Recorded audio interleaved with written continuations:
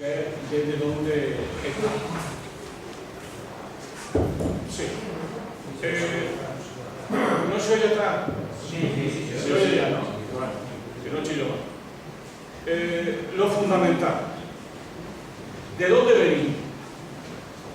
Yo creo que es muy importante que seamos capaces de analizar bien de dónde venimos.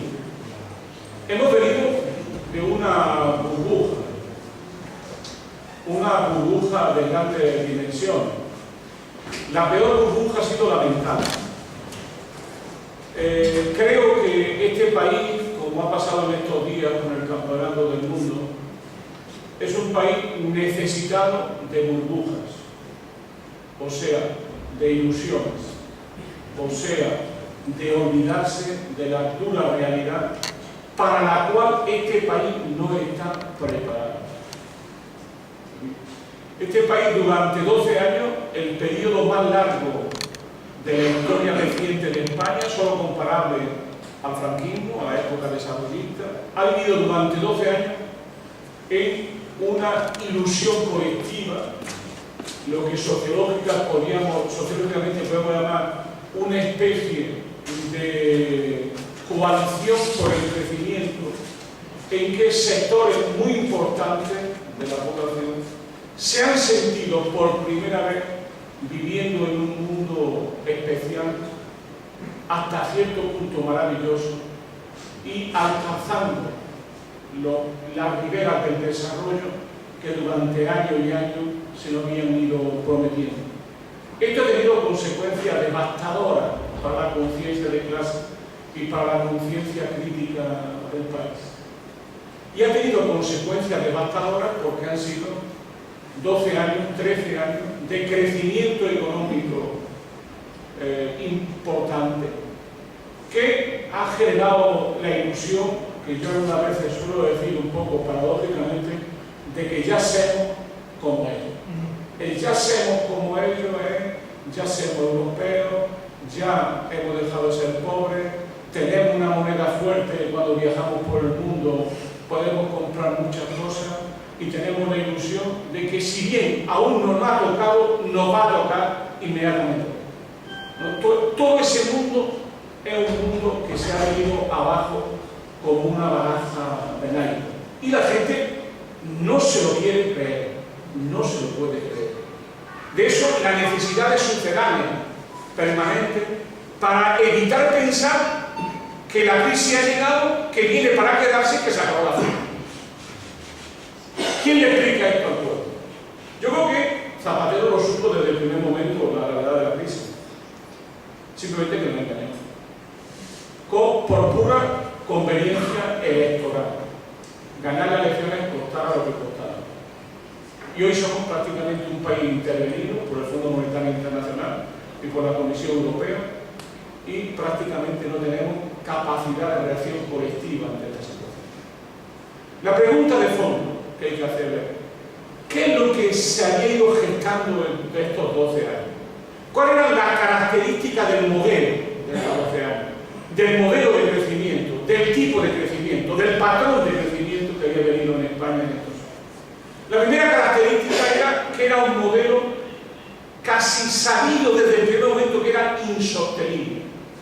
Es lo que llamamos el modelo Solve-Rato-Solve, porque el creador del modelo fue Solve en la última época de Felipe González, que luego el PP desarrolló salvajemente y puso el país entero a disposición de un modelo inmobiliario, turístico, financiero, que se ha ido convirtiendo en el modelo de crecimiento del país. Es un modelo de crecimiento insostenible porque tarde o temprano la burbuja que se fue creando pincharía. Y no solamente era insostenible, sino que al menos desde el año 97-98 le puedo citar 8 o 10 economistas solventes que ya venían advirtiendo que el modelo estaba en crisis y que no era posible continuar en él. Nunca se hizo caso, como suele ocurrir, a esta advertencia, y al final estalló la crisis por enorme gravedad. ¿Cuál era la característica de este modelo? era un modelo de baja productividad, que para nada tenía en cuenta el sector industrial y que fue desindustrializando aún más el país, que todo lo fiaba a una especulación inmobiliaria tremenda y a un turismo que tarde o temprano estaba en función de los vaivenes de la renta y de la demanda a nivel mundial. Esa era la primera característica del modelo. Un modelo inmobiliario financiero que hacía de efecto tirón del conjunto de la economía y de que generó una expectativa enorme. Ese era el primer elemento del modelo.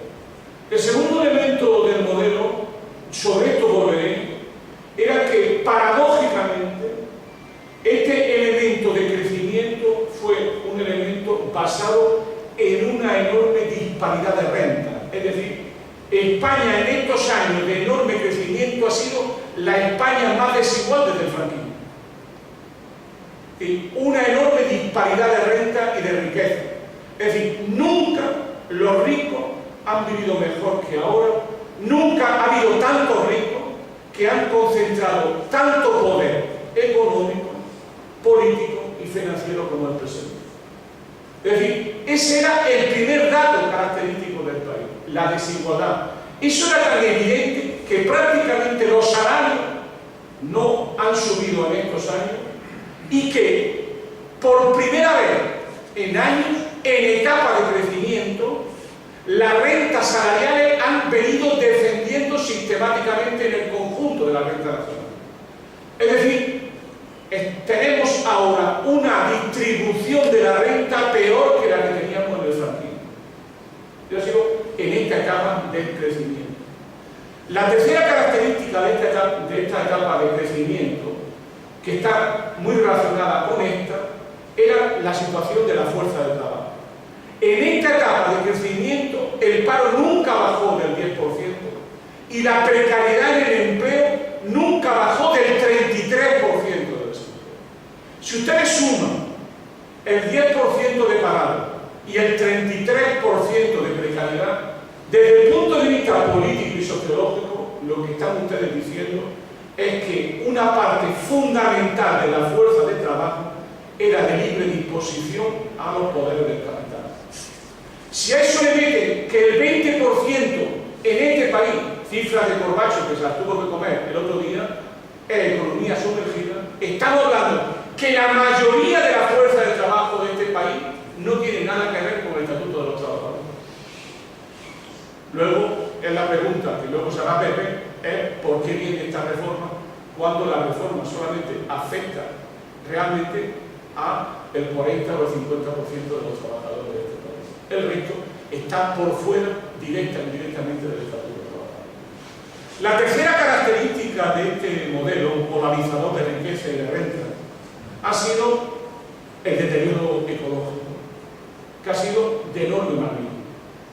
Es decir, el escándalo de las urbanizaciones desde el norte de España hasta Huelva es descomunal.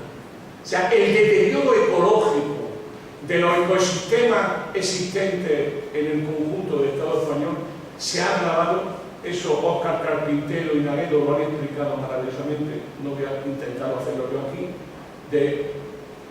El deterioro ha sido enorme. Tanto así que cuando a la hora de la verdad se ve la emisión de gases de efecto invernadero de España, España es uno de los países peores del mundo en esta emisión de gases de efecto invernadero. Y la cuarta característica o quinta característica, para ser más exacto, de este modelo ha sido la corrupción. Nada se hubiese hecho sin corrupción. Y hay que decir, con toda sinceridad, que prácticamente las dos grandes fuerzas políticas están pringadas hasta la ceja en la corrupción. Y no se sabe más porque todavía se autocontiene. Pero si en la guerra que están habiendo con los Gürtel, con los casos de Cataluña y compañía, se supiera lo que está ocurriendo detrás y se tirara de la manta, aquí aparecería una Tangentópolis comunitaria de enormes dimensiones.